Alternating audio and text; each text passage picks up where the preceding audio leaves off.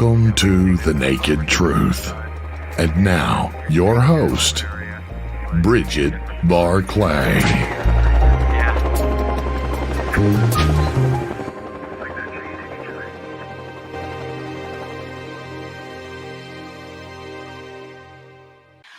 Hi guys, welcome and good evening, good America and good morning England, and welcome to the Unex Radio podcast with myself of The Naked Truth, Bridget Barclay.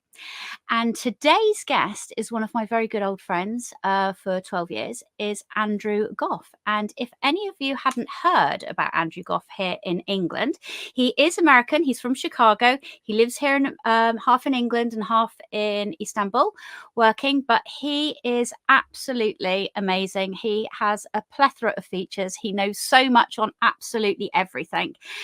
And he is also shadow banned. So I am going to introduce Andrew Gough, and welcome to The Naked Truth, Andrew. For having me, and congratulations on your show. Thank you.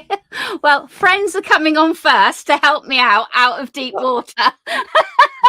And friends that we've worked with, because we have worked together. But thank you, Andrew. And welcome to The Naked Truth, and welcome to my new show, which I'm absolutely loving, mind. Right. So with yourself, a little bit of background on yourself. Andrew has done over 100 TV shows, actually probably like into the 100 TV shows, whether it be History Channel, Gaia Channel, Discovery Channel, Forbidden History, NASA's Unexplained Mysteries. He's done a TED Talk, X Talk, and you know absolutely everything from the ancient aliens, from the Egyptians to bees. And let's not just even go there. We'll go there down that rabbit hole in a bit. But tell me a little bit about yourself, Andrew, for all of the Americans out there, because you fled the country, and for all of my English friends over here. Tell me a bit about yourself, please. Introduce yourself. Again, it's a real privilege to be on the show and to be on the show early. So I consider that an honor. You know, I moved from Chicago to London in '97, and I've always, before moving, I was always into like mysteries and unexplained things, and had traveled to India and Peru and all these places. But when I came to England, it was just eye-opening to me to be around so much, ancient history. I got really into the megalithic world, and that took me over to, ancient Egypt and all these other places. And because I think I have so much interest and enthusiasm for different areas, I have over 50 articles on my website, but those articles are like, for me, they're books. I mean, who has time to read a book? So if you can keep it down to well, I don't know. If you keep it down to like 10,000 words, you can read it in an hour, then, that's good. But people struggle to kind of define what genre I'm in, because you know so much about so many things. Well, like you, I'm so keen about so many different things, from bees to extraterrestrials. Let's talk later about why that word extraterrestrial is even used. Ancient Egypt to the Soviet era. I've got a lot of different passions in terms of history, and a lot of people do. And so I like to kind of celebrate them and write about a lot of different things. Well, we'll get into those different things in a few minutes, but I'm going to ask the first question. And the first question would be, have you had a UFO experience? And with whom? It's a great question. And, it's an easy question, but I have to know. This is an experience that, the first person I shared it with is our mutual friend, Nick Pope. Yeah. Because I'm like, Nick, I had this really bizarre thing happen to me. I need to run it by you. So what happened was, I was up in Scotland on business in Edinburgh, and I never ever get headaches, ever. What year was this? This was probably 10 years ago. Okay. And I was at the airport in just extreme agony. I mean, my head was exploding, and I would call it a headache, because I don't know what else to call it, a migraine. but it was worse than that. And I've never had it before. And I got on my EasyJet flight and just felt miserable. And I was sitting in the aisle seat, not the window seat. And we were about 10 minutes south of Edinburgh, heading towards London. And I literally look out the window. There's a passenger right next to me here. And I look out the window, and there is this silver three-sided object moving slowly but faster than the plane. And I hit the guy next to me, like, do you see that? Wow. And it was already gone. And it was one of those fleeting things where, what is this object doing at that elevation, moving that fast, that close to the plane? Wow. And when I mentioned it to Nick, he's like, well, that's curious, because that's one of your description matches one of the earliest descriptions of a UFO from the 50s. And what I kind of took away from that was, I saw it, my only real UFO experience. I'll talk about some others that are, slightly different, not that up close and personal. But they're all different. That every single encounter is different for everybody. No two are the same. But it was in an altered state of consciousness. I was not myself. My head hurt so bad. Oh yeah, of course. I could barely, not pass out from the pain. And I started to wonder if that was something that caused me to morph into that consciousness. A build-up. But I'll tell you another one, and this is really funny, because we spoke before the show, and I'm thinking to myself, there was another one. There was another one.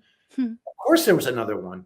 This was like 15 years ago, and I was living in London, and I woke up in the middle of the night.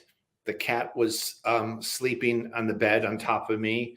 I had my partner next to me. She was asleep. And I looked down at the end of the bed, and there's the gray. And it's the classic gray. And I'm not the slightest bit upset or worried or frightened. And I remember just kind of communing with it psychically, or just kind of being happy to see it. And that was that. But the cat was there. The cat was moving around. A partner was sleeping. So I've had a couple of experiences that I guess have both been in altered states of consciousness, extreme head pain and sleep. Okay, so two things. First encounter, you could probably go back and through your records and find out the date of that, because there would be a radar report, or you'd know the airlines and everything. Everything can be traced back. That's why I say about my encounter in Brentwood, it involved military helicopters. Somewhere along the lines with that date, well, you would have a report for the military helicopters going to intercept it.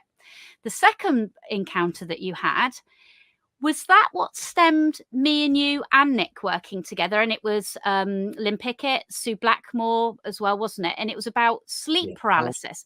So the alien within. Is that what stemmed you doing that part of that documentary?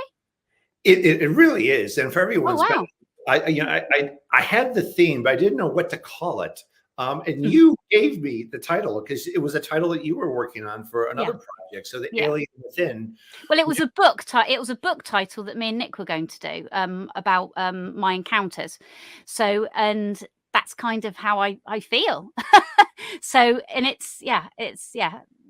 And I mean, Sue Blackmore was mainly going down the sleep paralysis. So when you're saying the grey at the end of your bed, I'm just wondering if that's what that stemmed from, you wanting to, research and look into, why this happens. Could it be this? Could it be that? Yeah, very much so. And everyone is passionate about this. Are we alone? What about extraterrestrials? What about, life forms elsewhere in the universe? But until it happens to you, it doesn't really become alive and something that you're on a quest to understand. I think the typical sentence is experience counts. It really does. You have to have that experience. Obviously, when you're having it by yourself, you think about all of the other alternatives, you play devil's advocate in your head. And if you can't wake up that other person, or if that other person misses it, i.e. you're the passenger sitting next to you, it does you go down that sort of like, oh my God, I need to find out more, because that makes you want to find out more about it. So I do want to talk to you in regards of obviously the NASA mysteries that you had done, but also, are we living inside the Earth? Now, I'm a really great fan of Courtney Brown, and I got into Courtney Brown in 96 when I got his first book, Cosmic Voyages, and what he calls this other realm is interterrestrial. Now, so this is what is quite interesting. Oh my God, I had it goosebumps last week. I got goosebumps everywhere. I understand that, I can't explain where that realm is at all for me.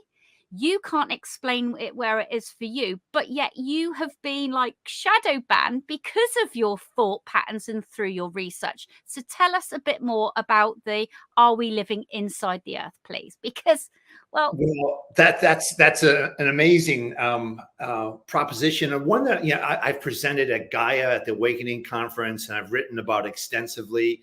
And the first place to start is the inner Earth. This notion. Be careful! Don't get me taken down episode 3, please. Well, I mean, it's entirely possible. I need to be careful. I'm shadow banned everywhere. I mean, Bravo! Thank you. It's a badge of honor. And if you add me on Instagram, it will say, "Are you sure you want to add?" I know. Repeatedly. Yes, and yes. Listen, I'm a bad girl. I got arrested at Area 51, so I fit into that category too. Yay! Another serious badge of honor. I'm loving it. So there's so much evidence. I mean, we can't do it justice in this brief period of time to talk about the inner Earth. We'll talk about, are we living in it, in a moment, but the inner Earth, there's so many legends from every single country, every single era talks about civilizations that exist beneath ours. And the most famous scientists of all times, from Haley to Euler to Gauss, they all talk about the fact that the Earth probably is many levels with their own suns, their own rivers and oceans. And in Russia, I did a show for What on Earth about the Kola borehole that goes down 20 miles. Well, I'm sorry, it's like 9 miles, but it took 20 years to drill. And they're finding fossils. How can you find fossils at multiple miles into the Earth if there isn't life down there? And Admiral Byrd, everyone's kind of familiar with, right? And in his Operation High Jump, explain Admiral Byrd, please. Well, Admiral Byrd is like the most decorated American military person in history. And starting in like the late 1930s and into the 1940s, he is really pioneering the exploration of both poles. Yes, of course. Yes, I do know. Yeah, of course. Yeah. And Operation High Jump, he gets in his plane, and unbeknownst to anyone, he keeps a private diary, which is his grandsons just produced in the last decade or so, which is fascinating. And, he's in his plane. The first hour, he sees a mammoth. This is in Antarctica, and you see a mammoth. Curiously, that's what the initiate Jules Verne wrote about in Journey to the Center of the Earth. They see a mammoth inside the Earth, and here's Admiral Byrd seeing a mammoth from his plane. And then a couple hours into it, it's all green, it's all lush. Yeah, that's right. All of a sudden, he sees these unusual craft. There's a great documentary on this, actually. Oh, God, there's so much. Yeah. And go to YouTube and just type in Admiral Byrd interview. And you can hear him talking about this huge continent that's unexplored. Is he talking about Antarctica or something even further afield? But after this expedition, and he finds all kinds of stuff. He meets with like the ruler of the inner Earth, and they tell him that, we will be there for you when your world is decimated. We'll come forth with all the history of arts and sciences that we preserve for you to restart your civilization. A bit kind of morbid, but that's what he was told. But he comes back from this Operation High Jump in 47, and he's interviewed by a Chilean newspaper, and he says, I got to tell you, we are under threat to be attacked by craft from either pole that can move so fast you can't believe it. And or under the water. that was in 47. What else happened in 47? You know, a few months later, you have Roswell. And then 2 weeks after that, you have the creation of the CIA and Department of Defense 2 weeks after Roswell happens. So this notion that there's other civilizations inside the Earth. Did he describe them? Is interesting. Yeah, he gives them a name. He talks about the city that his plane was just drawn to and landed by itself. Was like a big crystalline city. And, you know, the government shut him up right away. But the thing that so a lot of people have spoken about the inner Earth, and I've written about it extensively and lectured about it a lot. But the question that I've been asking is, are we also living inside the Earth? And your viewers are probably saying, what the is he talking about? So I think you can swear. I generally do. And, you know, so every single culture, again, from even the Book of Enoch, the Hebrew tradition, the Old Testament, the Quran, the Hopi Indian, the Mayan, they all talk about the Earth basically being a snow globe. You know what snow globes are? Yeah. As you're a kid, you go to all these different, buy a snow globe of Bermuda, whatever. New York. Yes. And they all talk about the fact that there is this impenetrable substance that separates the watery abyss from beyond from the dry earth below. And even some of the most esteemed PhDs in the States are quoted as saying, the earth is a closed system. You cannot leave. There is no place to go. Why are rainbows shaped like this? Why do NASA's spaceships look as though it's water being sprayed like a boat on a lake? Well, it's because they've hit the firmament. And you know, 10 years after Roswell, you've got Van Allen sending up balloons which shoot missiles, nuclear missiles up into the top of the atmosphere. Why would you do that? They're trying to break through the firmament, and they can't. Well, I mean, just to kind of set the scene, these amazing declassified documents only in the last few years have come out, and it's all about what Russia was doing during the Cold War.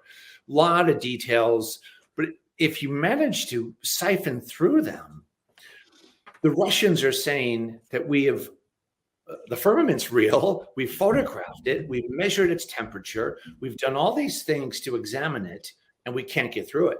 It's a closed system. We cannot leave. And thus, if we can't leave, you know, and again, all so like the Truman Show. Yeah, I mean, so, and we know the UFOs are real. Where are they coming from? Well, not just UFOs. So we're talking orbs, we're talking Bigfoot, Sasquatch, we're talking absolutely ghosts, everything. So yeah, they pop in, they pop out, and they don't necessarily come from up there as they come down. They can come, just blink and be there. Yeah, carry on. Yeah, and you know, I've spoken to people who have had near-death experiences, and they've said, you know, it's just not exactly what you think it is. Where these craft are coming from, it's not out there. It's kind of more inward. And you see these UFOs, you see videos of them going into mountains, going into oceans. Yeah. I saw that at Iseti Ranch. Quite amazing. Them coming out of Iseti Ranch. Yeah. And going into other stars. I'm not here to say that the Earth isn't round, and I'm not here to say that the Earth is flat. But I think both of those suppositions are inaccurate. Yeah. If you look at the World Health Organization, if you look at the UN, look at NATO, look at the maps that they have all of our continents with a ring around them.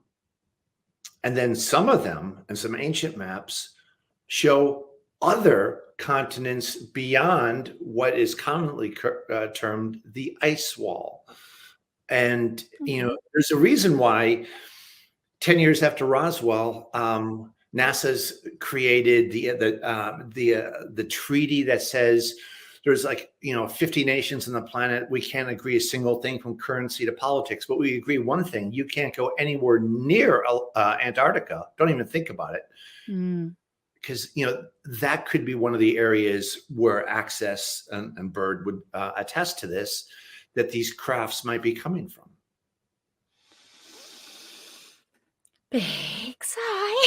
Big infinite. Okay. Well, and you know, Nick always told me, he always reminded me when we were talking about the alien within, he said, you know, one of the most famous cases in alien abduction science, because it is a science, is somebody who is strapped to a chair with an observer all night. They're awake all night watching this person strapped to the chair. And in the morning, the person says, unbelievable. It took me up into the craft. They operated on me, blah, blah, blah, blah. But that's like having an out of body experience, isn't it? And that's a bit like that you're aware that you're in your bed and your astral self goes up. Oh my God, I got goosebumps. But it's your astral self is going somewhere. So you're consciously, I mean, you know, I've had an experience where I've gone out of my body and looked down upon my body. And when I've looked up and seen me floating up there, that person of me up there has looked down upon me, and that person up there has said, beneath this one is the true one.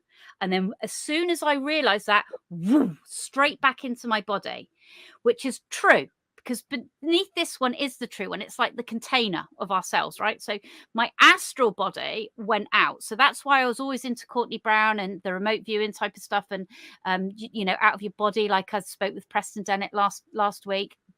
You know, so when you're right, when you are strapped down and someone is aware and watching you, you can consciously, subconsciously, your astral self goes somewhere else. And that's, your subconscious is the most important part of ourselves.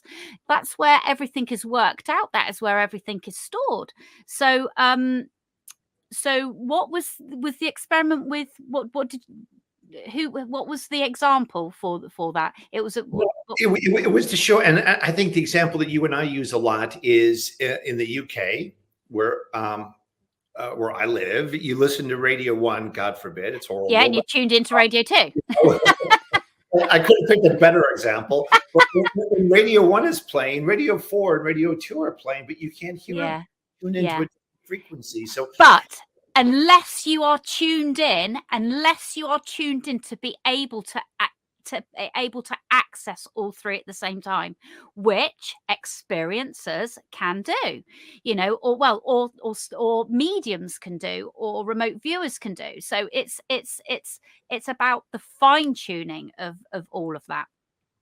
I've had, you're absolutely right. I've had experiencer friends come over right here on my patio, on my deck. I'm on the 7th floor, look out and go, do you see that? Look at, I'm like, and when they point it out, sometimes I see it, sometimes I don't, but they're just flabbergasted because they can see it.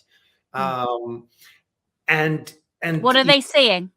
They're seeing UFOs. They're seeing them, and not far. I'm coming over to yours to Skywatch. Yep. You know what? And I'm thinking about this. You said something earlier, and I think it was you actually who turned me on to this amazing UFO abduction that occurred in Wales by a Muslim couple. Oh, yes, I did. There's a reason why it wasn't in Wales, actually. It was in Well, it's right on the border. It was on the outskirts of London. It was I want to say Shoreditch. It was Shoreditch. What? No, you would have lived in Shoreditch. I don't know. I'd have to think. Yes, but yes. Is that where she went in the bed and disappeared? He alerted it to me. I got in the car and I drove, and it's right on the Welsh England border, and it's in Wales. And I call out them being Muslim because they have no tradition of aliens or UFOs like we do. Well, they have jinn. They have like the evil spirits. But jinn. Yes. And this was fascinating because their story was the husband's in IT. Yes. So it's Safe. His name is, and Jenny is her name. And it actually was on the outskirts of, it wasn't Wales. But we must be thinking of a different one because I drove for hours to go visit them. I went to their home. Unless they moved at that time. But did you go to the house where it actually happened? Yeah, I went to the house where it actually happened. And what happened for the listeners, that she kept experiencing an abduction where she'd be taken during the night, and the husband would be like, "Trust me, that's not happening." She's like, "Oh, but it is." He's like, "Well, listen, I'm an IT. I'm going to bring home the webcam and I'm going to put it in the bedroom." So he does that, and nothing happens for a few nights, and then boom, in the morning, like third or fourth night, she goes, "I was taken up. I was abducted," and he's like, "Okay, when I get home from work, I'll have a look at the video." And there's the video. It's like something like 3:30 in the morning. Yeah, I've got goosebumps again. Yes, it's extraordinary. And they're both, bless them, they're not small individuals. They're big, hearty, healthy individuals, and they're probably like 40 years old. And you watch the video, and at about 3:30, the sheets kind of go like this, and she's gone. And then a few minutes later, the sheets go like this, and she's back. And I'm like, okay, that's interesting. I want to see that bed. Because you have to be skeptical. You have to keep an open mind and say, well, what if it would, but there's nothing about their culture or nothing about their, I met them. They had gotten rid of the mattress because they thought it was infected with the jinn and evil spirits. But they were both extremely authentic and had no motivation or anything to fabricate that. But here was a real physical. I'll actually get her on, actually.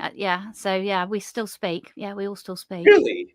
Because I thought they moved back to Saudi Arabia or someplace. They did, but now they're somewhere else. But me and you can discuss that later. But no. So the situation is a bit like you're saying, strapped into a chair to the point of she actually would tie herself to Safe at night because I think something ridiculous like she was doing her ankle or her toe or her wrist. And I think there was only a few of us that heard about her, and they came down to stay with me. Never went up to their house, but it was Ben Hansen that I put in contact because obviously he had the TV show Fake and Fact, and I know it's very Hollywood and very glitzy, but they can recreate everything. And so Ben came over and went there, and it was one of their shows that they went to try and recreate it, and the footage is remarkable. Obviously Safe holds the original footage. It got put onto the hard drive. Lots of people wanted to take it away to analyze it. It went, no, you're not analyzing the original one. But it was remarkable. She still she does still have experiences, and thank you for prompting me. I'll get Jen on. She's they're a lovely family, absolutely lovely family. Nice. Super nice. You're right, and they videoed it. So and that was back then. That was about 10. Then that's about 15 years ago, I think. 12. Yeah. And it looked like a physical. I mean, she wasn't there. You could see that the whole bed. Went. Empty on her side. Yeah. And it was a bit like, you know, when you huff over your sheets and you go onto your side and then you sort of like fall asleep, and then all of a sudden the fabric of the bed came back up. There was no way mechanically Jen could get herself up through the bed. There was no editing, you know, there was nothing of that. And yes, Safe is absolutely, that's what he does for a living, is all of that. But there was, you know, back then people did analyze it, and no. But yeah, it was remarkable. And there, do you know what? I had this discussion with another experiencer that's going to come on as well, and yeah, because it is all about people that have had experiences on this, and obviously, and wherever we all want to go down that rabbit hole with it. But he actually said to me, and it is really, really true, that you know, we all come into this in very different parts, and it's whatever we can help each other with, you know, that we are trying, because it's still so many unanswered questions, isn't it? And for her and for her husband, I mean, they were mortified, you know, because they did think it was jinn, and they are very religious. And then, you know, the other children in the house, you know, it was all of that factor. But yeah, they're a lovely, solid family. But Yeah, very much so. But, and you know what it did for me is, here I am thinking confidently that it's all interterrestrial. yes. And here's something that appears to have been physical. Mm.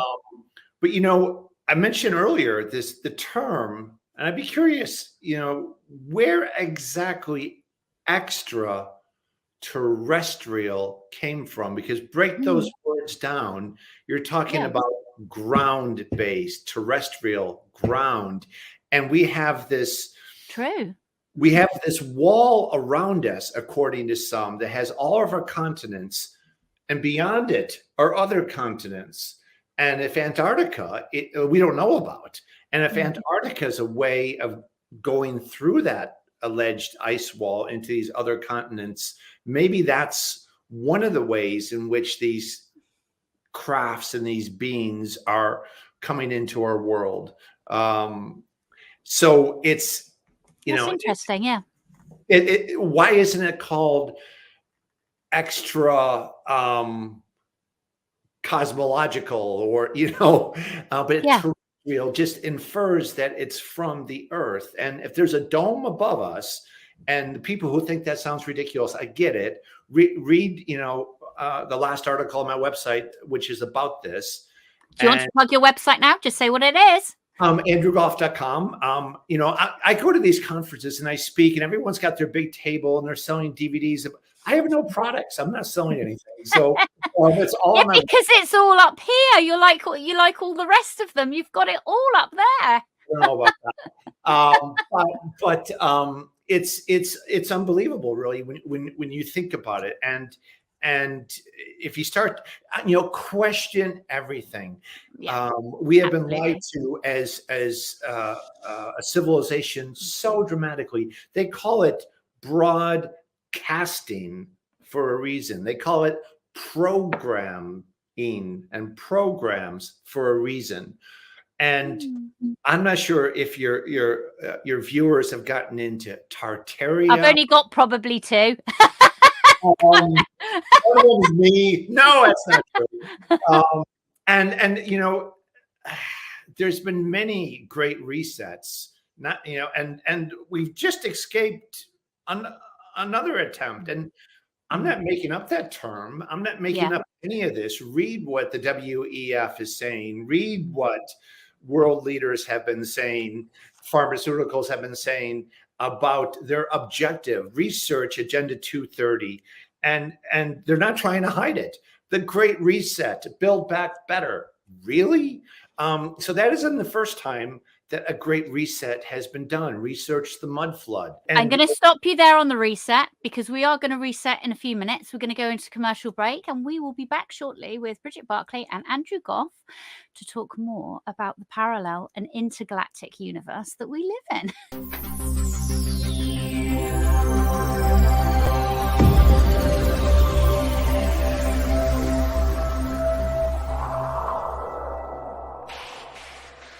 Are you thinking about purchasing a wood-fired heating or cooking appliance but don't know where to start? The new book, Wood-Fired Heating and Cooking, will guide you through the process and make the decision much easier. Find out about wood stoves, wood-burning fireplace inserts, masonry heaters, cook stoves, brick ovens, and more.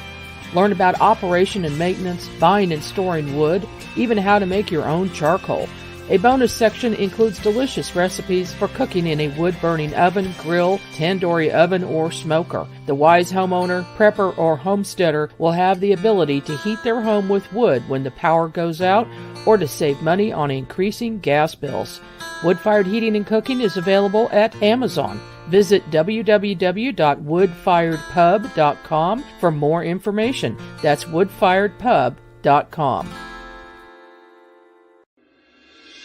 It's almost here, ladies and gentlemen. The UNX Network Year 2 anniversary at XCon 2023. XCon is being held this year from October the 30th to November 1st at the beautiful Oasis Hotel and Conference Center in Springfield, Missouri. Top speakers include host of America Unearthed, Scott Walter, plus Haley Ramsey, Sev Tok, UNX's very own Maureen Richmond and Dan Terry, Mindy Toutfest, Harriet McFeely, Forrest Crawford, and many more. And they're all coming to deliver new information on topics like UFOs, alien encounters, cryptids and ancient secrets, and real hauntings from the afterlife. Join us for the film premiere of A Haunting in Blue Hill. And don't miss the Mad Hatter Paranormal Halloween Bash, Banquet, and Costume Contest on All Hallows Eve, October 31st. So join us as we close out the 2023 conference season. Info and tickets are available now at unxnetwork.com. That's unxnetwork.com, and we'll see you there.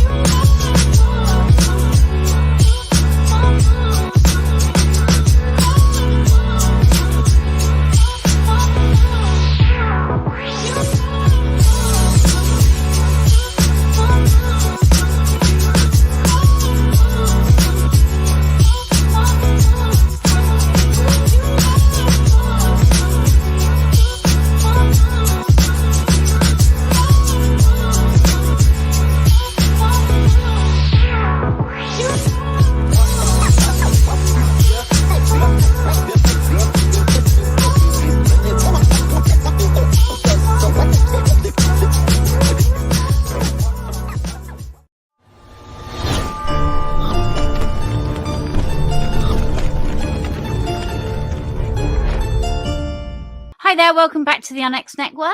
Myself is Bridget Barclay, and tonight I am speaking to an Andrew Gough. So you need to go back to all of the things that we've been talking about, and welcome back, Andrew. Sorry to cut you off, new to all of this. Okay, so keep going on where you were. Yeah, no, I'm usually cut off or censored when I'm talking about. Yeah, no rude words, or don't say anything about anything that you shouldn't do. Yeah, I mean, we just need to, question everything. And everyone's asking and expecting there to be disclosure, right? And I think there's so many lies. Don't get me started on NASA, which I believe is. I think I'm going to have to get you back every month, once a month. You'll go to Beyond. They don't lie a little bit. They've lied about Yes. everything. You'd have to be Yeah. a moron to buy into NASA.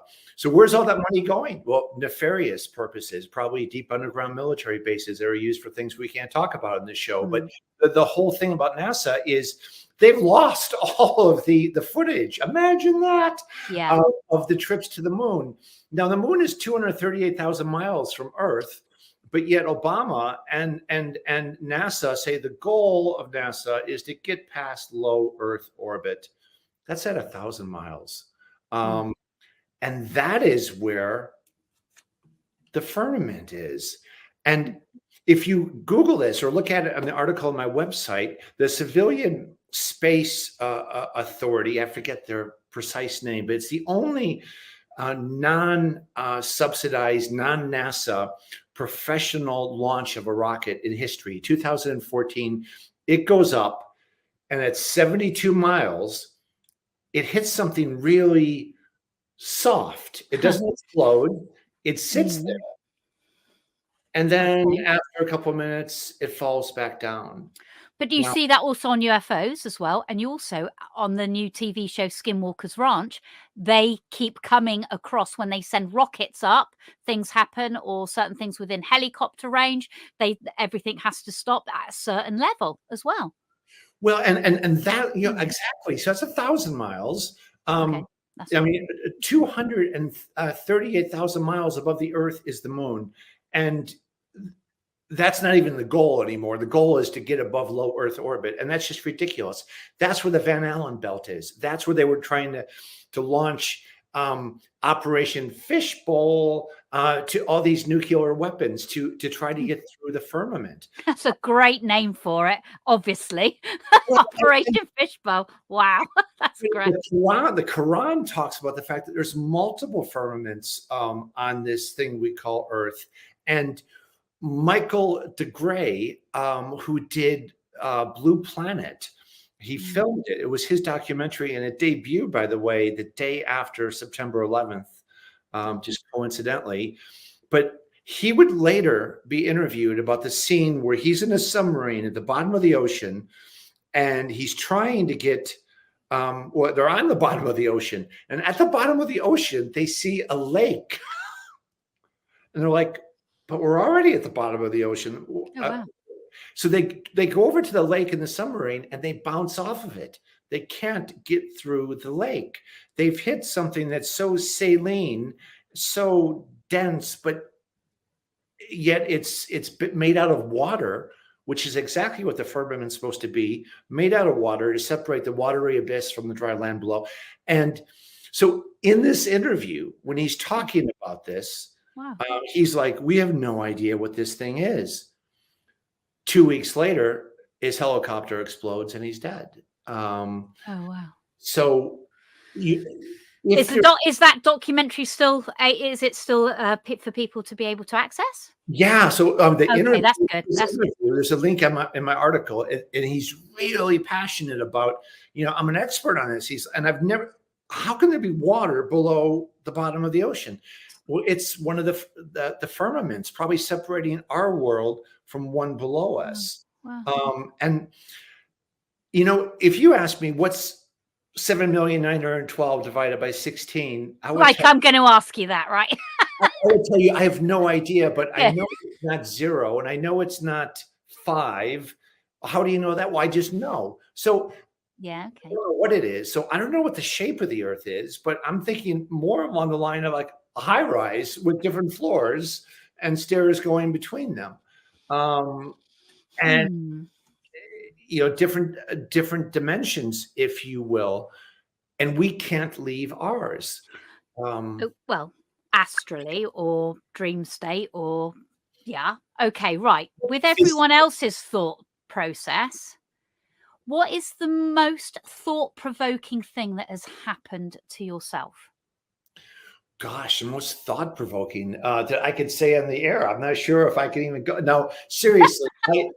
I think when you wake up and see a gray, that's pretty thought-provoking because, there's what 2% of the population is DMT actively triggered in their brain. And so, maybe you don't need drugs to experience these things or drumming or altered states of consciousness. But I'd be remiss with all the work I've done on bees, and you being such an enthusiastic and a real, beekeeper.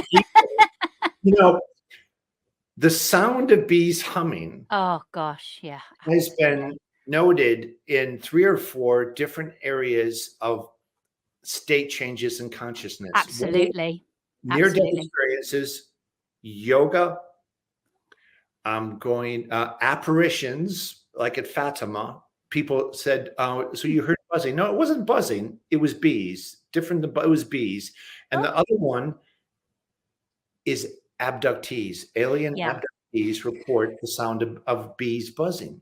Well, one of my experiences happened in Topanga Canyon, but it wasn't buzzing, it was tones. It was a frequency tone, a bit like when you have a hearing test. But go back to my bees. When I sit outside with my bees for cups of tea and cups of coffee, there is nothing more magical than to just watch them and just be surrounded with them. And it is so soul loving. It truly, and the smell and just them watching, and they're totally aware of who you are. They know that you're their landlady and looking after them and helping them. I've got 3 hives, and so because also in obviously Egypt, they are their hieroglyphs, they're all of the beautiful carvings of bees, along with the same. Well, talk to me more about that. Yeah, I mean, people talk about Egypt, the civilization that lasted maybe 2,000 or 3,000 years. You look at the King's List, the Palermo Stone, 38,000 years, excuse me. It was a really, really long dynasty, which is why so many of us who go there feel like we've lived there before, because we probably have. But what is Egypt? The area around Cairo is called Tabiti, land of the bee. The pharaoh's title is beekeeper. There's a picture of the bee in the pharaoh's cartouche. Neith lived in the house of the bee in Sais, and Osiris is buried in the mansion of the bee in Sais. Sais is the place where the story of Atlantis comes from. There's a really lost tradition about bees that is very esoteric. I just knew that this wasn't going to be one episode. Because it's just not going to be one episode. Right, okay. So the most thought-provoking for you was the grey at the end of your bed. Yeah, I think so. I can't, Because you've been to some amazing places, and you must have, like, while you've been there, had experiences. High strangeness. It's a little bit off piece, but some high strangeness is one of the things. I've always been obsessed with Akhenaten, the heretic king of Egypt, who introduced monotheism when there was all these different gods and goddesses. And back in the day, this is like 15, 16 years, 17 years ago, I went with David Roll, Egyptologist, very famous. And we went with a small group of maybe 15 people, drove in a 4x4 hours up the mountain to Akhenaten's tomb in Middle Egypt. And as you know, I'm a kind of a keen photographer, so I had my tripod. Aren't you just amazing? I was in Nefertiti's chamber. She was buried with Akhenaten, and I was waiting for all the people to get out of my way. Just get out of my way so I can take this photo. And they all moved like 100 meters down the tomb complex. And I was getting ready to take my photo, and I heard the door closed. They've left. Lights are out, and I'm locked in Akhenaten's tomb. With no password to get out. Oh God! No way. They probably can't hear you. Oh God! And I experienced this. It's coming. It's coming. I feel it. It's coming. It's coming. It's coming. It's coming. And I was just like, oh my gosh. Oh. So I left a lot of my equipment there, literally crawled on my hands and knees, like 100 meters to get back to the door, pitch dark, and banging on the door. And eventually I was let out by the local bedouin. So you were winded? I felt, it sounds crazy, but I felt like it entered me. And I felt it getting closer. And I thought, well, hot, cold? Cold, but it was unwelcome. And, okay. I thought, okay, you're just scared shitless, really, because you've been locked in this big, massive tomb, and your ride is now heading back to town. How will you ever get out of it? But some really strange things happened that night. And from that time onwards, things weren't quite the same. What, like a possession? Well, yes. I mean, for instance, when I would go unconscious, like I'm daydreaming, I'm just taking a break from work or writing, and I would see like this. That sounds nuts, I know. This really unhappy, unapproving face. I would see it in the ceramics. I would see it on the wall. I would see it somewhere, and I just felt like, oh, and then for years, I had people coming up to me and going, you can get rid of those. I'm like, what? Oh, you had an attachment. What? They're like, Yeah. "Oh, attach." I'm like, oh. Mm. And I thought it was all bollocks until someone I really respected said that. And then I'm like, okay. So I went to a guy who does spirit release, and I write about this. My friend Steven is there, and this thing doesn't want to go. And my chair that I'm strapped to, like a petulant child, goes up into the air, and back down again, because it doesn't want to leave. And eventually, it was like an exorcism. Eventually, Yeah, of course, yeah. they were able to get this entity out. So I would say that was probably one of the weirdest experiences. And explains a lot, really. Well, so how long was this attachment attached to you? It was probably there for 6 or 7 years. Really? You let it go on that long? Well, I didn't. I just thought I was being kind of imaginative by seeing these unhappy faces wherever I sort of went unconscious and looked, and I didn't buy any of this. You've got something attached to you, because I thought it was woo. But I've come to realize it's it's very real. It's very real, and yeah. Wow. Okay. Well, I didn't expect that for a story. That's a great story. So did he say anything? What it was? Could you see anything in your mind's eye? Yeah, were you battling it? Allegedly, was a high priest of Akhenaten. Gosh, didn't want to leave this realm, And the interesting thing is, I think we've spoken offline a little bit about this, but I have two different forms of, and I wonder if your listeners have something similar, different states of consciousness. One, I get every few years, where it's the middle of the day, I'll be walking around and doing things, and all of a sudden, wow, everything is like, it's not Earth. It's kind of orange, but it's a place that feels like, oh, I'm back again. This is great. I'm loving it. This is really, I missed this. Oh, can I go on that vacation? I don't get that. Then it just goes away.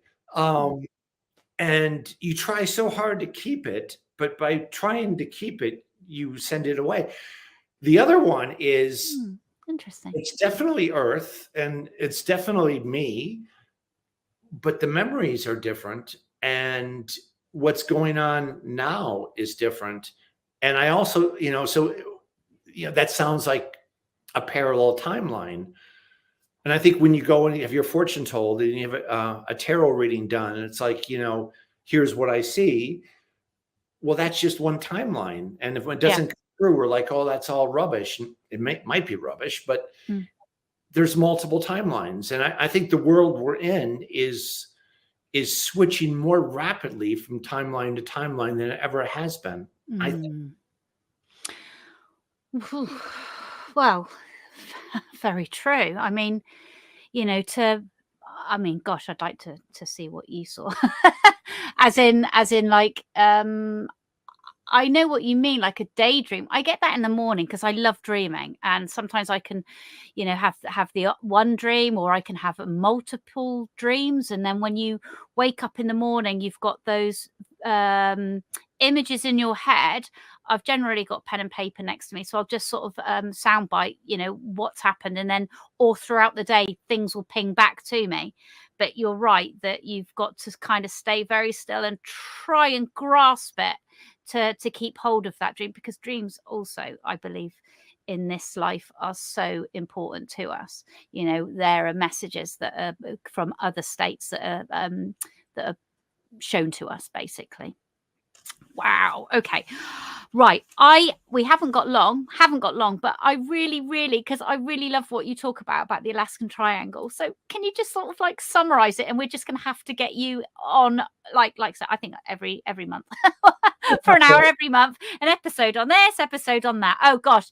Oh, that would be so fun. 3 minutes. Oh, sugar. Right. We'll 3 minutes. Oh no. Well, do your best in 3 minutes. But also I want you to plug your website, and I want you to plug your Facebook as well, which everyone can go to.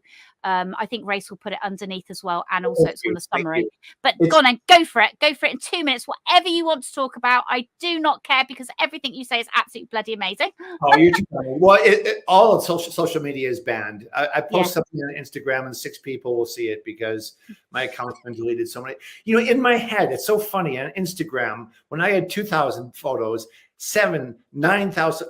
In my head, I always had the day when I have 15,000 photos, that's going to be wonderful. And not just any photos, but really good photos. Yeah. The day, mainly graveyards. Amazing. Vampires.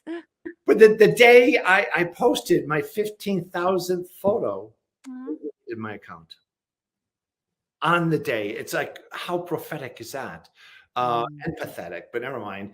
You mentioned Alaska Triangle. I love Alaska. Alaska, you know, I once lost a deal at work because I took like AXA insurance from Paris to Dallas, Texas, and I had shirts put on their beds in the hotel that said, Texas, bigger than France. I thought that was funny. They took such great offense. Idiot. I lost the deal. But Alaska small-minded. Yeah. Alaska is twice the size of Texas. Texas is bigger than France. So Alaska is like the size of Europe. And unlike the Bermuda Triangle, which I think is all completely explainable, I'm sorry, it was created as a bit of a promotion for a magazine back in the 60s. But the Alaska is so uninvestigated. There's so much going on there. Yeah. In particular, underground pyramids to Sasquatch, and right. That's why we should have started off this show with that, because oh my god, no, you're definitely have to get it, because that is we're just go on. Oh no, we're both so excited about that topic because it ties in with the UFOs and the whole. I know it does. It's there's a place in England that I think should be. Our Area 51, and it's not Rendlesham, it's Cannock Chase by Birmingham. Oh, I know, yeah, of course, yeah, that's been brought up quite a lot recently. Children, UFOs, all of it. It's like a paranormal hotspot, like Skinwalker Ranch. Yeah, I know. God, I want to go to Skinwalker Ranch. I'm going to make a few calls. I really do. I would bring on the high strangeness. I really would love to.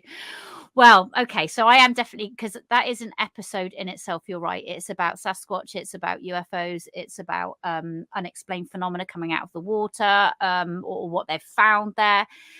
You know what? People just, I mean, and we're going to be talking. It's and also the drilling as well. Of what they've found. It's another episode in itself, and I traveled all the way to Bhutan in search of the Yeti, and went through the mountains of Bhutan with a guide looking for Yeti. So, well, you are so gonna love somebody. I'm not gonna give it away now, but there is somebody that is gonna come on that it's related to Sasquatch, and fantastic. I found him in lockdown. I've got goosebumps as I say it, but I've also, through listening to his podcasts, have had experiences. Now, I am in England, and UFOs, orbs, wherever, they're not necessarily outside. They're not necessarily in the water. They can come into the house. They can come into your bedroom, kitchen, blah, blah, blah, blah, blah. Just like a bee or a fly could go anywhere. All right. And I've had Sasquatch experiences 3 times. And that's just amazing. I did not know that. No, well, that's another conversation. But I'm not gonna give it away to who it is, but it is absolutely amazing. The guy that's going to come on, and Oh, well, me and you have a chat after the show. I'll just give you a call. But yeah, that is he doesn't want anything. He doesn't want any TV documentaries made on it. He's on his own journey, and he's been doing it for over 10 years. And I totally get what he's doing. And he's just the same as everybody else. He's doing the right thing. He doesn't want anyone else's rights to get to it or anything like that. And because of it. Now, what I want to say, Nefertia, what did you say one of the kings or the queens was called? What did you say? What did you say to me? Something Nefer something. If memory serves, Nefertiti was also buried in the Nefertiti. complex with Akhenaten. Say that word again for me. Nefertiti. Nefertiti. Yeah. Okay. All right. Okay. All right. Well, okay. That's very interesting as well, because as in an energy, very interesting of what that energy holds. Right. I am going to have to round this up. I've got Race typing away to me. Right. So listen, Andrew, I want to say a huge thank you. This is not just going to be the only show that you're going to be doing with me. We're not going to get you shadow banned on my time, darling. Right. Okay. Right. So yeah, we'll show them how to do it. Right. So I want to say a big thank you. Race is going to put up your website, which is andrewgough.com or andrewgough.co.uk. You can find him on Facebook. I've put the links up there to the show. I want to say a huge thank you. And thank you for being such a great friend for me over the years. And after this, I'm going to make a cuppa and then I'm going to give you a call. All right. And then we can have a little chat. All right. Listen, thank you ever so much. And next week, guys, I want to say that my guest is, we're going to go down the sort of Halloweeny route. It is a Nick Redfern. Nick Redfern is known for lots and lots of beautiful books talking about various things on different subjects, whether it be Shadow Man, Area 51, absolutely everything. Cryptozoology. He's English, living out in the States, and he's another good friend of mine, and I'm going to get him on for next week's show for a Halloweeny show. All right. So thank you from me, Bridget Barclay, here on The Naked Truth. See you next week. Bye.